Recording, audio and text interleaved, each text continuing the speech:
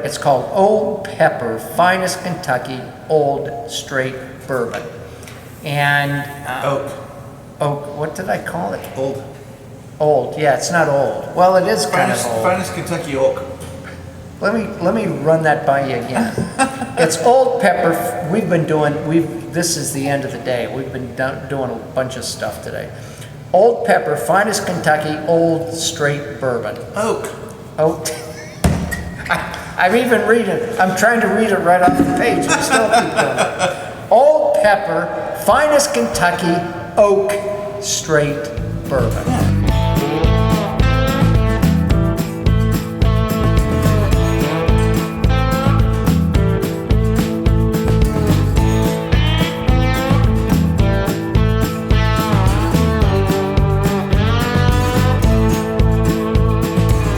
Coming to you virtually live from the Bourbon Whiskey Studios. Used to be live. Or used to be live, whichever.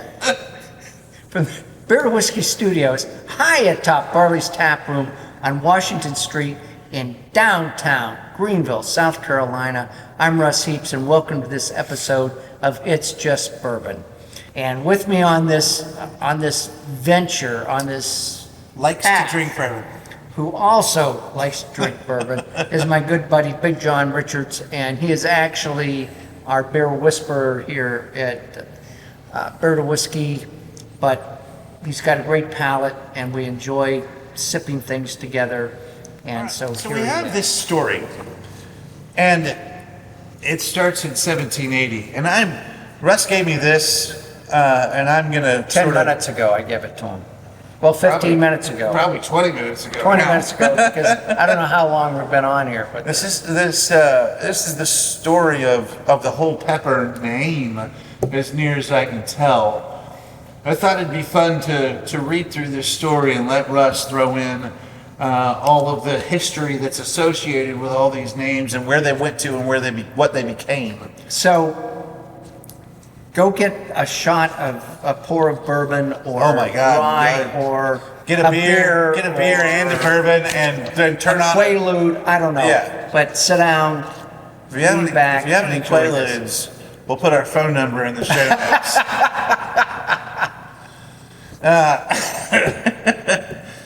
All right, get a little light on this. All right, so Elijah Pepper, you'll be familiar with the pepper name. He was the first of the peppers, the many peppers who were involved with bourbon. Elijah Pepper first made whiskey in Virginia in 1780 during the Revolutionary War, which you'll be familiar with. In 1812, however, he built... Which was an entirely different war. A different war.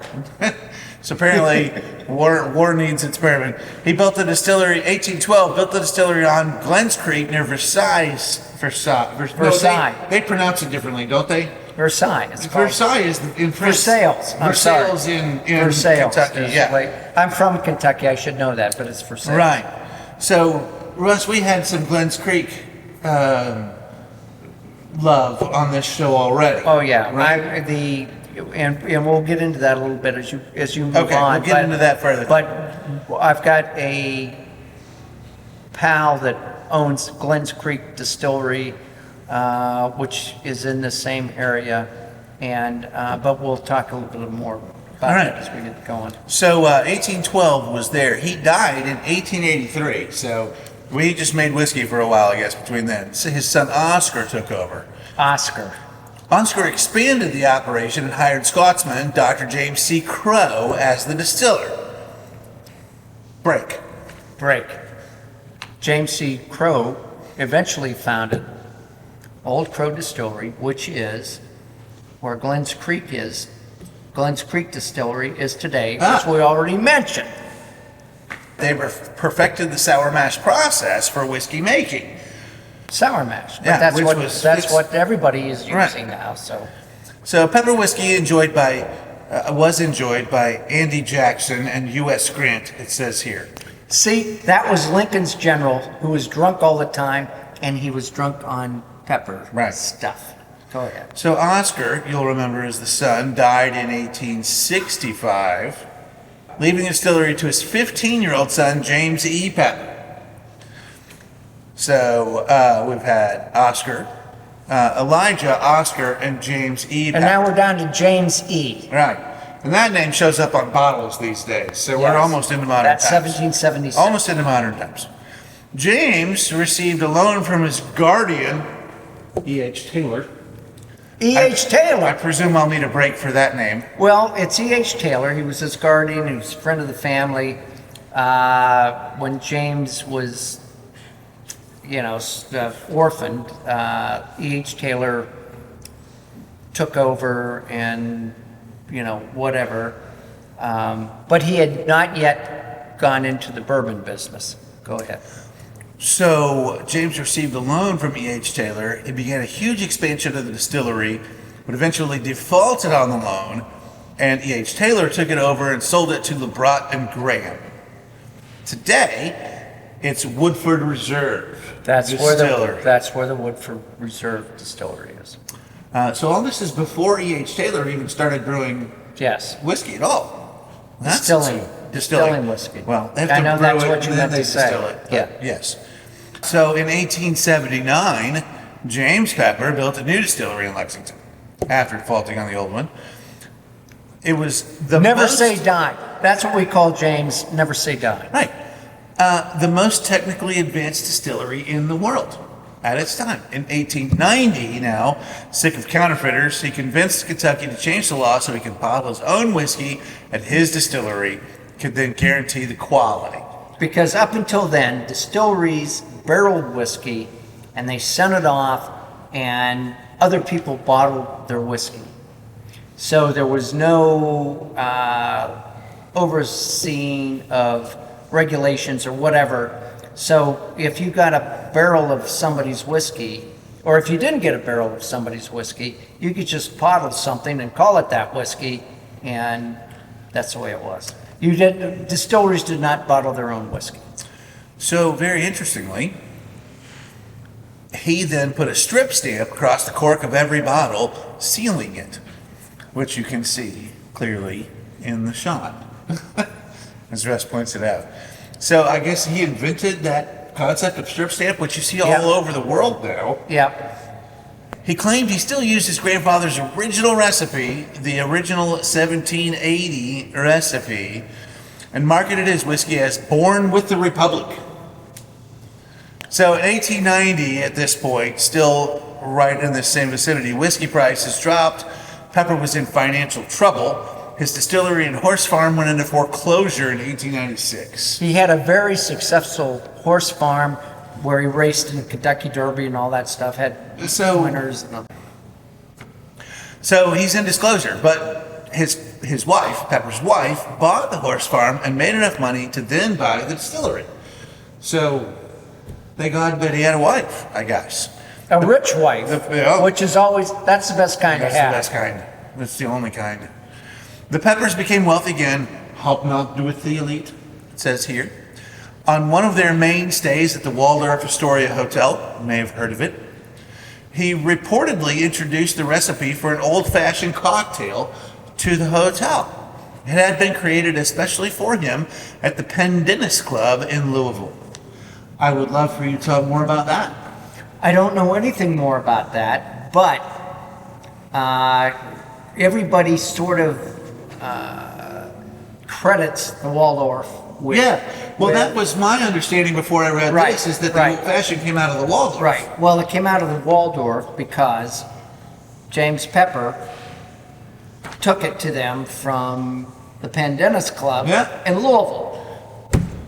Damn it. As a career bartender, I can tell you that not all of the recipes I claim came from me. It's a trade secret. There you Don't go. tell anyone. There you go. But now you know the Waldorf may not have been the idea club. So James Pepper here died in 1906. His wife sold the distillery, and then it burned in a fire in 1933. Sad day. Right. But a year later, a new distillery was built. It went under in 1967. Sadly. The new distillery was built in 1934 the year after, went into production the year after Prohibition. Yep. So, I was struck by the year 1933 as well, which was that the fire happened in 1933. and then they, coincidentally, this is one of those Italian lightning strike things. Yeah, that's where I was getting with this. Oh no, the old distillery burned down. We weren't just holding anything or selling anything from there. It burned down. Yeah, so. A year later, new distillery. Just talked about that. It went under in 1967, though. But now we have a new pepper distillery again, as it says here, which filled its first barrel in 2017. They had some entrepreneur who had obviously a lot of money and a lot of backing. And an eye for history. And he was a boxing fan. And he had somewhere going through things and seen photos of this match. It was the greatest, like the greatest fight of all time. And behind them is this pepper sign. And this guy got intrigued by that and started researching it and started collecting memorabilia from James E. Pepper Distillery and all that. And at some point got his hands on the recipes that they used and reopened the distillery in Lexington. That's fabulous. That's kind of the And story. I mean, that's more story than I thought we were going to get, because when I read this story before we came on, I said, so my understanding of this story is we now have a bourbon with a very old name that has nothing at all to do with the actual history of the name. Yeah, well, it was reintroduction. This was a guy who fell in love with the mystique of it, and actually got his hands on the original recipes. And so that's what we're dealing with now. If you can find it, buy it. So damn lucky. See you next time.